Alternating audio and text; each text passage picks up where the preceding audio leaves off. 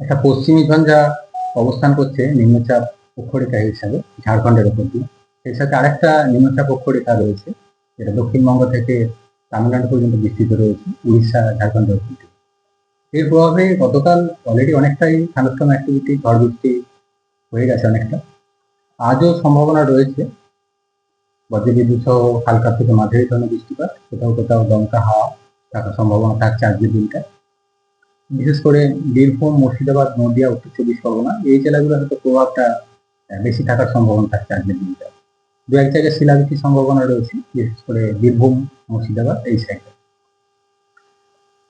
আগামীকাল থেকে অনেকটাই কমে যাবে বৃষ্টিপাত, তবে স্থানীয়ভাবে দু এক জায়গায় হালকা ধরনের বৃষ্টিপাত, যেটা 29 তারিখ 30 তারিখে থাকার সম্ভাবনা রয়েছে। তবে ইন্টেন্সিটি সেরকম কিছু থাকবে না, সিভিয়ারিটি থাকবে না, হালকা ধরনের বৃষ্টিপাত স্থানীয়ভাবে 28 থেকে 29 তারিখের মধ্যে, 29 থেকে 30 তারিখের মধ্যে সম্ভাবনা থাকছে। মেন ইন্টেন্সিটি বেশি যেটা আজকের দিনটি থাকার সম্ভাবনা আছে 28 তারিখে। আবার তারপর 31 তারিখে গিয়ে আবার একটু বিক্ষিপ্ত বৃষ্টিপাতের সম্ভাবনা থাকছে বজ্রবিদ্যুৎ।